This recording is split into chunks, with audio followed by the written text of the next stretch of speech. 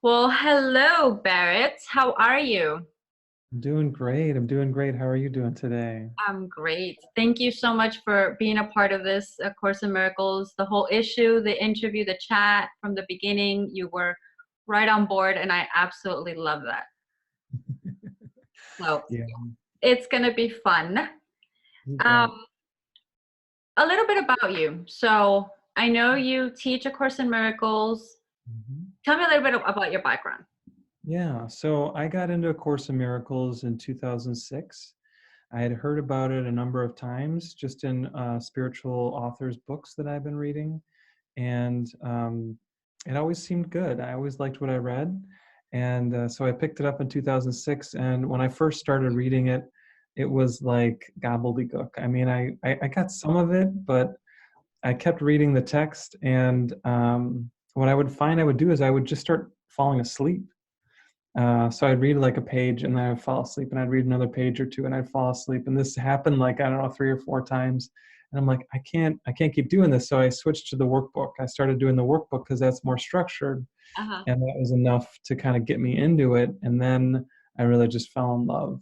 And then I read Gary Renard's Disappearance of the Universe as I was doing the workbook, and it was like light bulb, light bulb, light bulb. I really love this. This is exactly what I've been looking for, and I knew it was my spiritual path that I'd be doing the rest of my life. Wow, that's awesome. Um, okay, me, curiosity, of course. Did you not, what was your experience when you first read it? I mean, besides the falling asleep, was it something that connected with you in your other previous spiritual readings and beliefs, or was it something that kind of threw you, okay, I wrapped my hand around it, now I can make the connection? How did that work out for you? Yeah, it was kind of a combination of some of that because I definitely had been on a spiritual path for a number of years before I picked up A Course in Miracles. I'd been doing energy healing. I'd been learning about channeling. I'd been learning about, just I was a massage therapist. So I had a lot of these sort of spiritual pursuits in my life. And for me, what the course was is it kind of answered a lot of the unanswered questions because a lot of the different spiritual paths that I followed, they had something I liked. They had some message that God is loving, God is kind, Mhm. and they had some message about the power of the mind. But they all seemed sort of incomplete. And then when I really got what A Course in Miracles was saying, I really felt like it answered all my questions, and I knew again at a very deep level that I was home. As I was doing the workbook, even throughout the whole experience, I would often just start to feel a lot more love and a lot more peace, and then my ego would come up and it would kind of make me feel anxious, and I would feel kind of resistant maybe for a few days, but I just kept coming back to it. And that perseverance, that persisting with it, really led me to experience that, okay, this is really taking me home, and that's what I want. And as you know, that home is really just our oneness in love, oneness in God, oneness in truth, whatever you want to name that oneness, that is what we're all moving towards. Well, you definitely had more persistence than I did. So just quickly, I spoke about it the other video. I studied alternative medicine and complementary medicine. I did a 3-year program, and A Course in Miracles was a required reading and a required course. The timing, kind of like the Course in Miracles, the timing wasn't structured as to when I was supposed to read the book. So I left it for like maybe the 4th year. I postponed it as much as I could because I didn't get it. I honestly didn't get it. Mhm. And I remember sitting in class and they're talking about what we just talked about, the ego, the this, the that. In my mind, ego was a good thing. In psychology, they teach you that you should have a healthy ego. So here I am sitting in this class. They're talking about all these different things, and they're like, the ego is bad, and you can't. And I'm like, this doesn't make sense. So can you help us define in your own terms what we mean when the Course of Miracles says, "I got into my ego," or "let go of the ego," blah blah blah. Yeah, the ego is really just the part of us that's attached to fear. I mean, plain and simple, that's what it is. And anything in us that is attached to fear is of the ego. And, the Course would contrast that with, again, the Course uses Christian terms like Holy Spirit. But again, if you don't like that term, you can substitute any other term you like. But the contrast with the ego is really that messenger of love, whatever form that takes. And we all have both of those inside of us. We all have the times where we choose fear, where we act out of unkindness, we act out of viciousness or attack. And then we all have those times where we choose kindness, we choose connection, we choose compassion. And everyone just sort of naturally knows this. You'd say that to anyone, everyone gets that.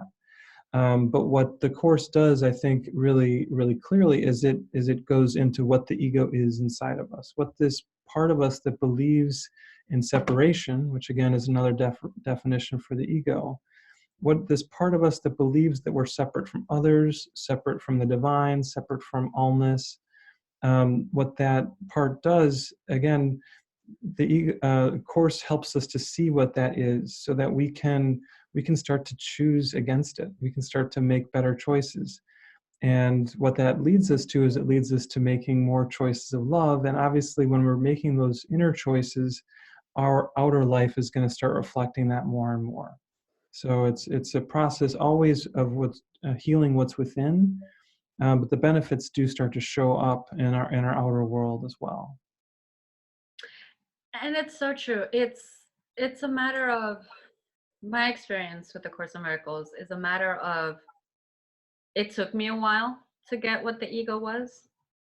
It took me a while to figure out, what do you mean by the things I fear? Mm.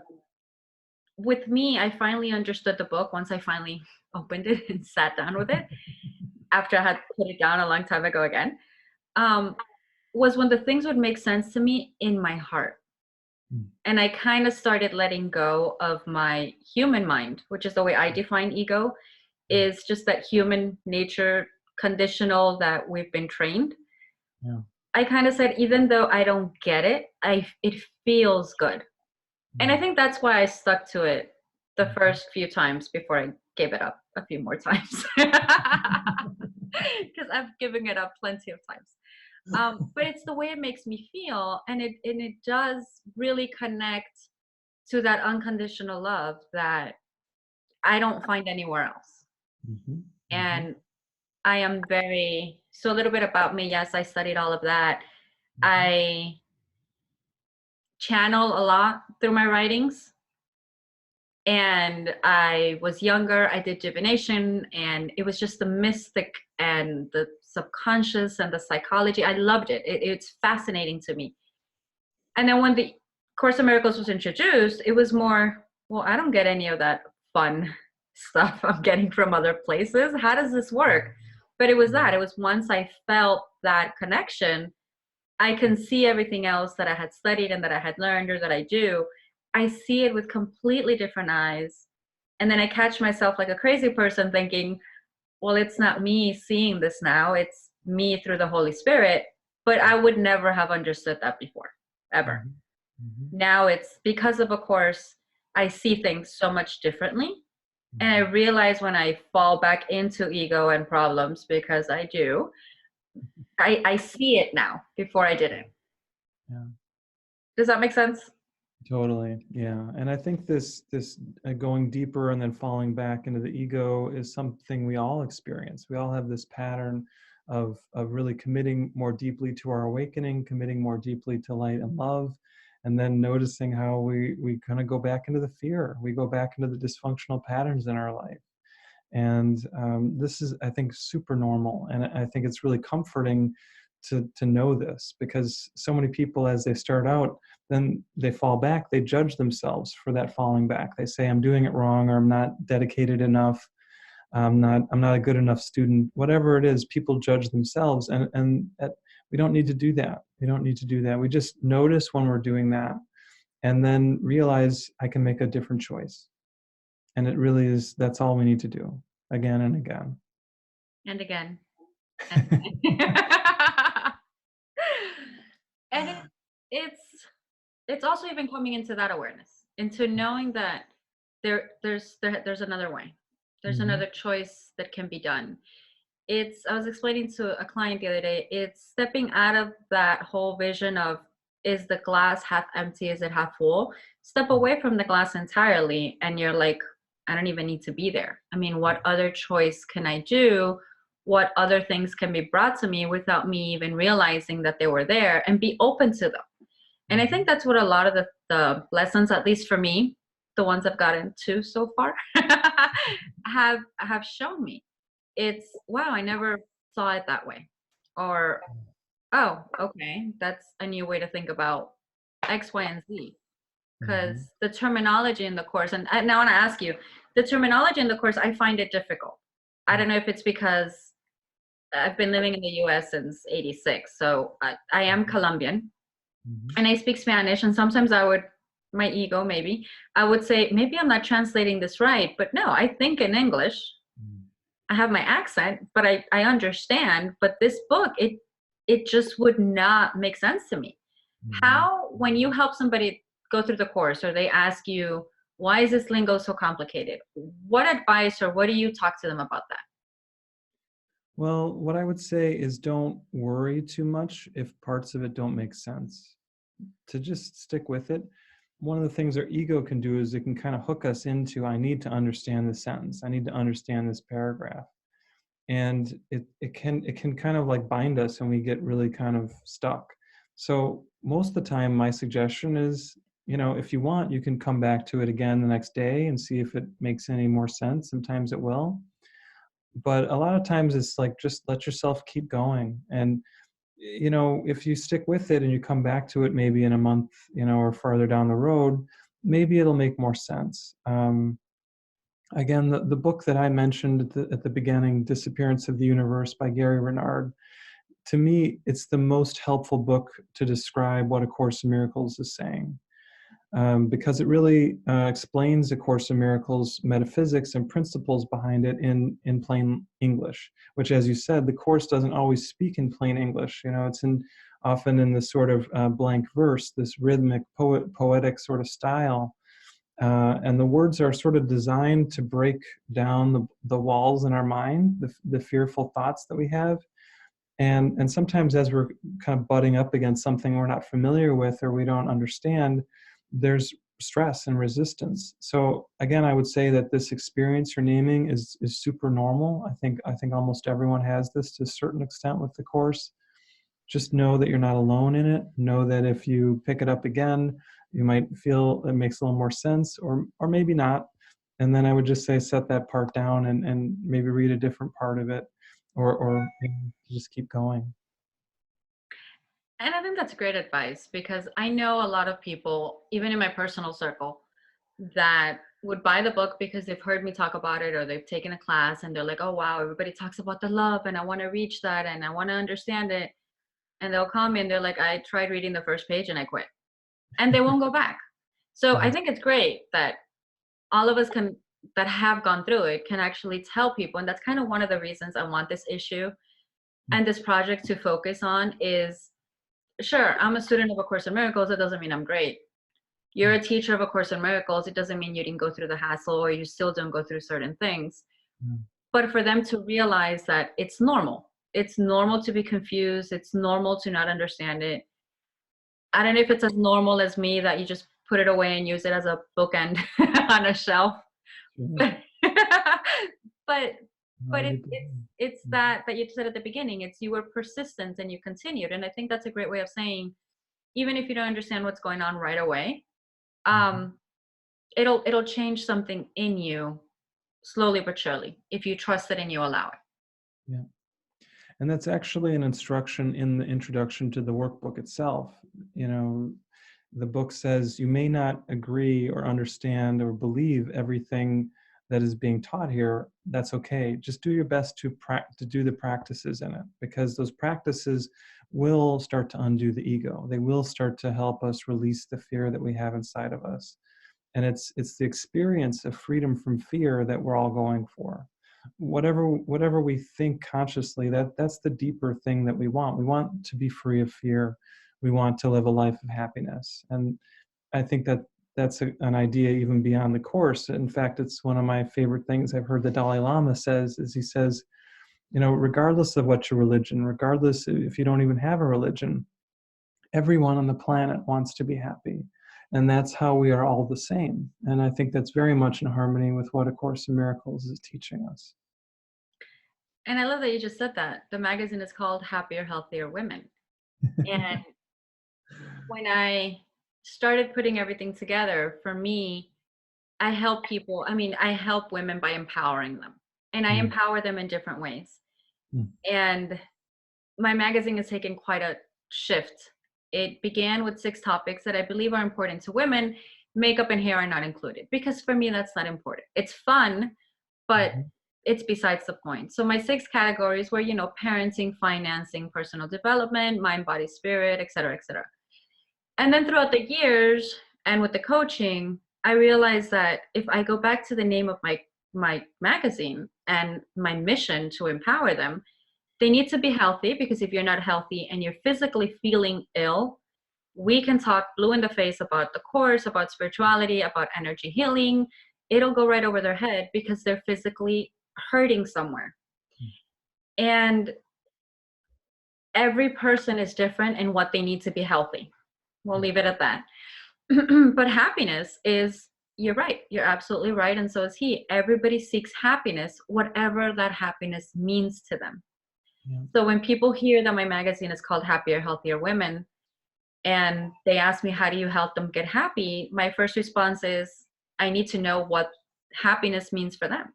I mean, happiness can be an ice cream, or happiness, right? Happiness can be anything. It's a matter of, here are the tools. Where do you want to go to reach that so-called level of happiness? What does that look like for you? And a lot of people, I don't diagnose, I'm not a doctor, I'm not anything like that. But a lot of people with depression come to me because they understand that they're not happy, but they don't know what happy is. Or they don't know how to get out of that endless sadness, which is what I call it, because they lost sight of it. And I think the way my magazine is focusing now and what I'm introducing now they're going to be very different topics, all because they all relate to that level of happiness and reaching a level of happiness in different ways. I mean, I took years trying to go through A Course in Miracles, and I still haven't finished it. I continue going. But it's understanding, like, that feeling of unconditional love. Once you feel that, momentarily you stop feeling sad because you're so hugged by this invisible love, that love and sadness can't exist at the same time. So it's kind of, and it goes back to A Course, because I believe of course one of the lessons said something like, if you're feeling this, you can't be feeling this, so choose.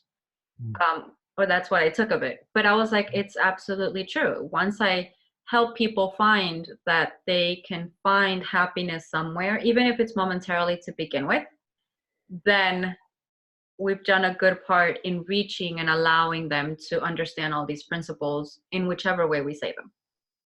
Yeah. Another way I would just say it is that the truth of what all of us is love and light. The fear and the darkness is not the truth of what we are. We may have kind of gotten stuck in them. Sometimes for years, a lot of us get in these patterns that last for a really long time.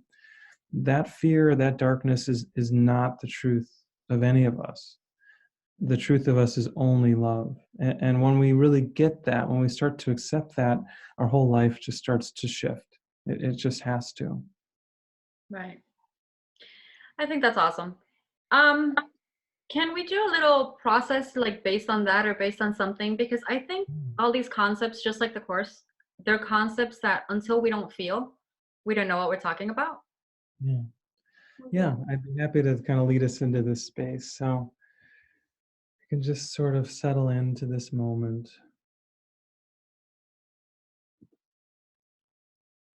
And just let yourself get comfortable right where you are.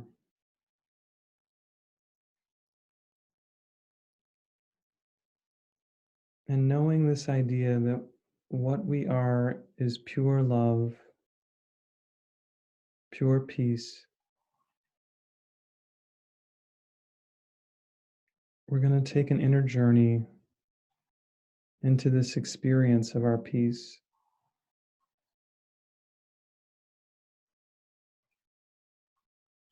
So just let yourself feel that light is filling you. It may be a white light, or perhaps it has other colors to it. But just let this light fill you up completely.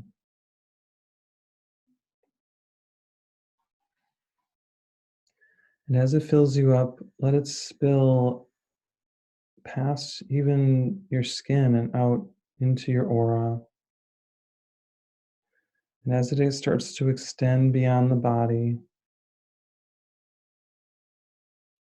the edges of who you are start to soften. And the light just keeps on expanding, keeps on reaching and growing.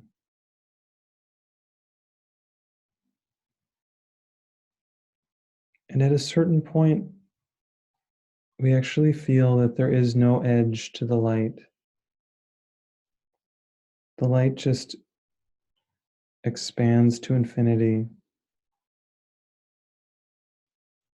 There is no border to this light. There is no limit.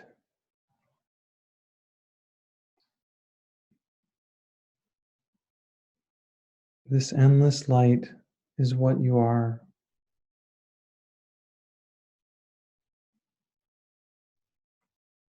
Feel the deep peace and joy that flows without any boundaries, without any barriers.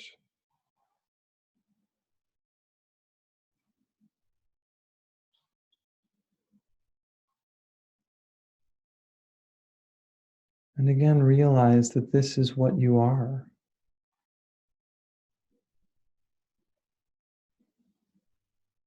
Your real nature has no limits, has no edges.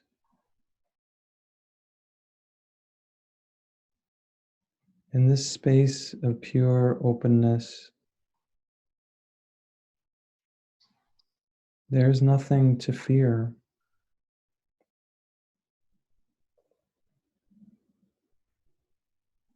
Because there is really nothing else. Just this beautiful state of pure, loving allness.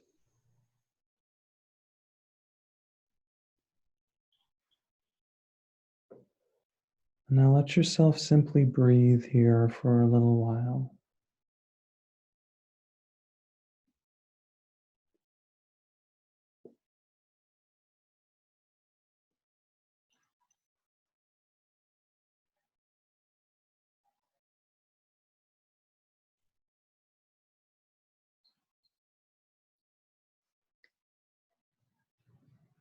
And if any thoughts of something other than love or kindness come into this space, let yourself allow that just to be, but perhaps it can just melt back into the love, melt back into the oneness.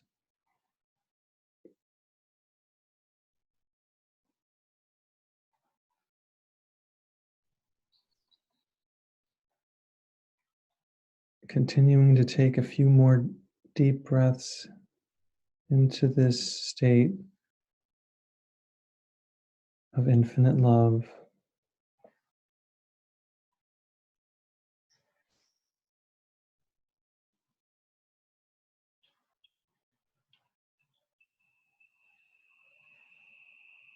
And then letting yourself start to come back from this state of being, knowing that this spaciousness is always here. It's always something you can access.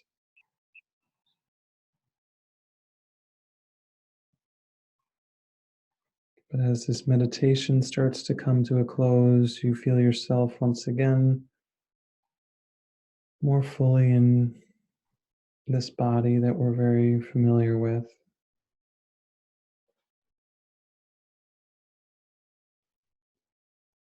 But somehow the body itself feels a bit lighter. It feels more free. There's less tension or conflict within.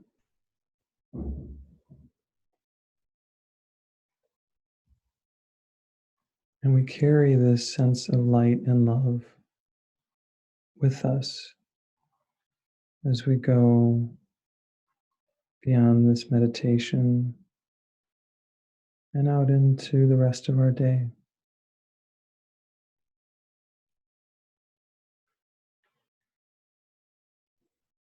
Well, I kind of don't want to come back.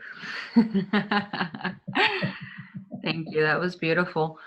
And it's funny. It's the lightness that you talked about at the end. That's when you feel really you're not of this body and your consciousness and you're something more beyond. And it's the experience of going through it. So thank you. Yeah. So as we wrap up, if people want to learn more about you and want to listen to more meditations or recordings or talk to you, how can they reach you? So there's two places people can go. One is a website that I've created about A Course in Miracles. It's an online school called miraclesu.org. So that's the word miracles, the letter U, then .org. That has classes that I lead on A Course in Miracles on there. It has other resources about the course that you can find. There's a lot of great stuff you can check out. And then I also do energy healing and past life clearing. And you can find out about everything that I'm doing at my other website, barretthedeen.com, which is just my name, BarretthEden.com. And yeah, those are the best ways to get a hold of me. Awesome. Perfect.